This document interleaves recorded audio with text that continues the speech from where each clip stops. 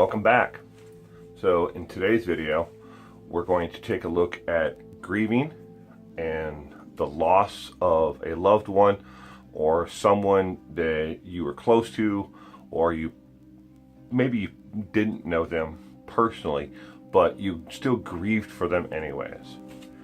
So first off, virtually all of us will experience loss in our lifetime of someone we know somewhere along the line, either as a child or as an adult, more towards as we get older, and those who took care of us as we grew start to pass on as well.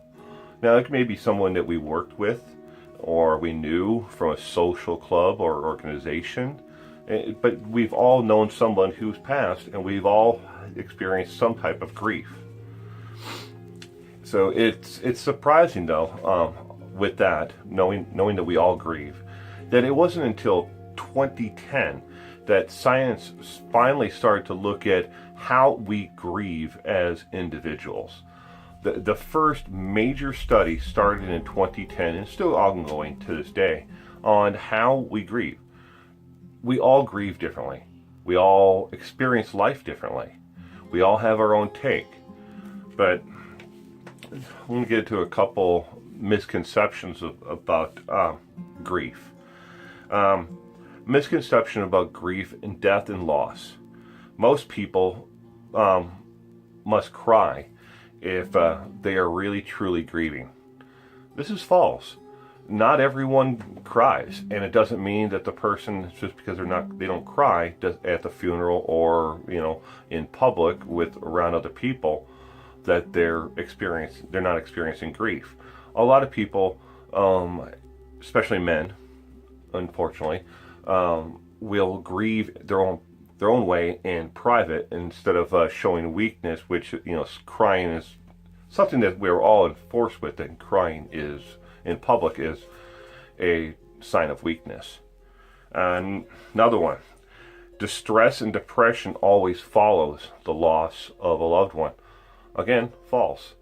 Not everyone experiences grief and loss in the same way, and nor do they necessarily have depression after the loss of a loved one. They may have known that it was coming for a while. They may be able to internalize and deal with it in a different way than other people. So they don't necessarily have a depression. They see it as they're passing on to another dimension or whatever, and it's a happy event for them because they're no longer here, and they're happy about the fact that they're no longer in pain here on earth, in their human form.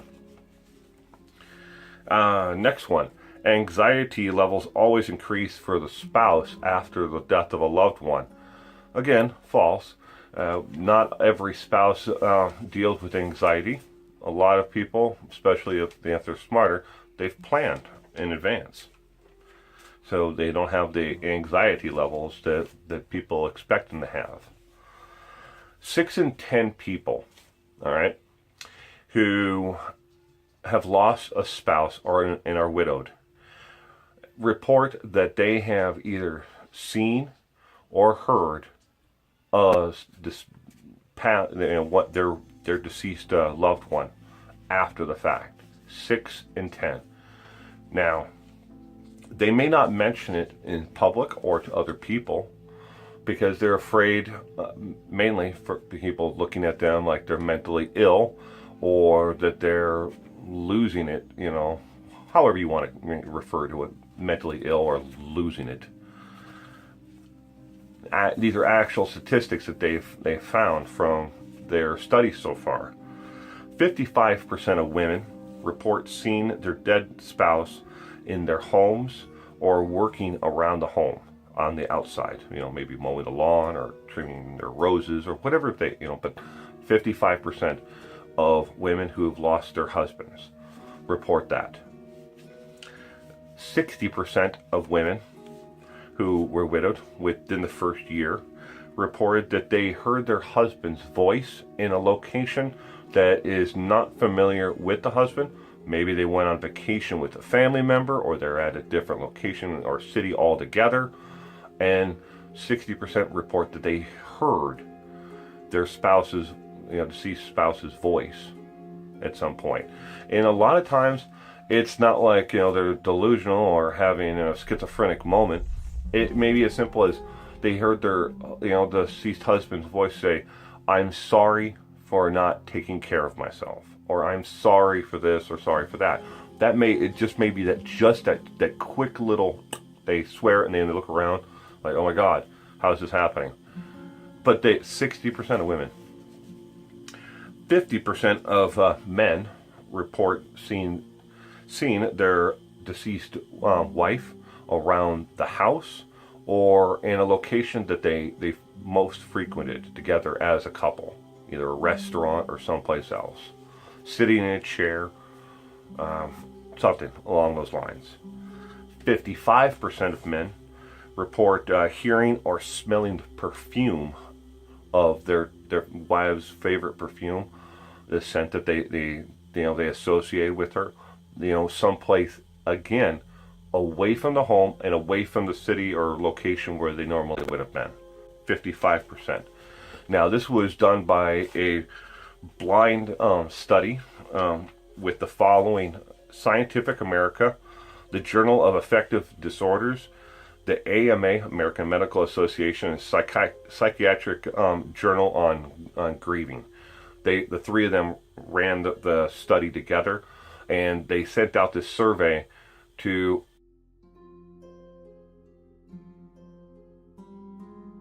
since science actually only started recently studying this, they already know that they came to a point. So they started in 2010. They came to a point in 2015 where they realized that we need more study on this, and we need more on the psychological side, so they can understand more of the physiological and the pathological natures of behind grieving. So they're still working on that. Now, another interesting statistic behind grieving and death: if you know of a couple who is 78 years of age or older and they live here in the United States, there is a 1 in 5 chance that the remaining spouse won't report the death right away. 1 in 5. Now, they may wait an hour and then report it while they try to figure it out. And in some extreme cases of grief, they have gone months and years without ever reporting that their spouse had died. No, I'm not talking about they go out back and dig a hole and shove them in that hole, but they leave them right where they died and just go on with their lives. 3 cases that recently hit the news within the last year. I won't release the names here. I've got them written down here, but I won't tell you them. So this lady was a widow. She was 69 years old. She lived in her parents' home with her husband and her mother. Her mother, at the age of 93, died of natural causes. She left her mother there for 3 months in her bed and didn't report it to the police. She had no financial motive in doing it at all, and she wanted to see the natural course of death take its place. That, and she was in extreme depression after the fact. One of the small percentages of people who do end up with extreme depression after the loss. Gentleman, he was widowed by his wife. He didn't report her death for 35 years. He left her on the bed, their communal bed, and left her there for 35 years.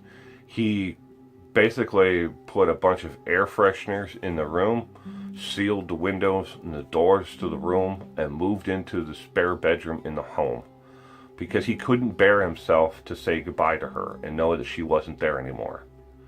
And he was eventually convicted of wire fraud because he allowed her Social Security checks to continually be deposited into her bank account. He never withdrew a dime of it, but he let that continually happen, and for 35 years he allowed her to stay there. Another widow. She lost her husband. She was age 81 when she lost her husband. She allowed him to stay in the home again, and she let him stay there for 4 years in the bed. Now, this one actually hit the news. You might be able to, if you research this, they owned a mansion in Hollywood, California, and the hills. And it wasn't discovered that he was there in the bed and for 4 years and had been deceased until this group of people, they call them urban hunters or urban explorers. They like to go into abandoned buildings and stuff like that and shoot videos of the the buildings. Well, people had known that this mansion had been abandoned for years. And the only reason why it was abandoned was because the wife, she was 81 years old. She had been put into a nursing home because she couldn't take care of herself anymore. And she always wanted to get well enough to go back home. But she never was able to, and she eventually died. And these urban hunters, or whatever they call themselves, trespassers, they went into the property and were looking around, and through the window of the mansion, they saw the deceased gentleman laying on the bed. An ending though, grieving is an individual thing. It's not something that we all do together. And funerals are basically just a way for us to say goodbye.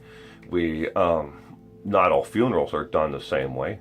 Some are done with a banquet and a big lavish party, and others are a very somber event where family and friends gather to say goodbye, and and they may go up to an open casket, say goodbye to them, put a trinket in the casket with them, to remember them by.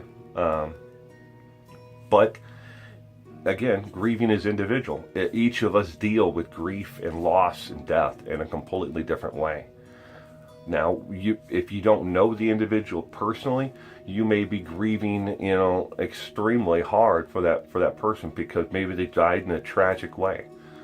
Maybe they lived a short life and they had potential to become something, and in a lot of cases, we attach ourselves to people because we feel the human connection with them. And when they, suddenly die, a part of us takes that grief in and grieves for them because of that.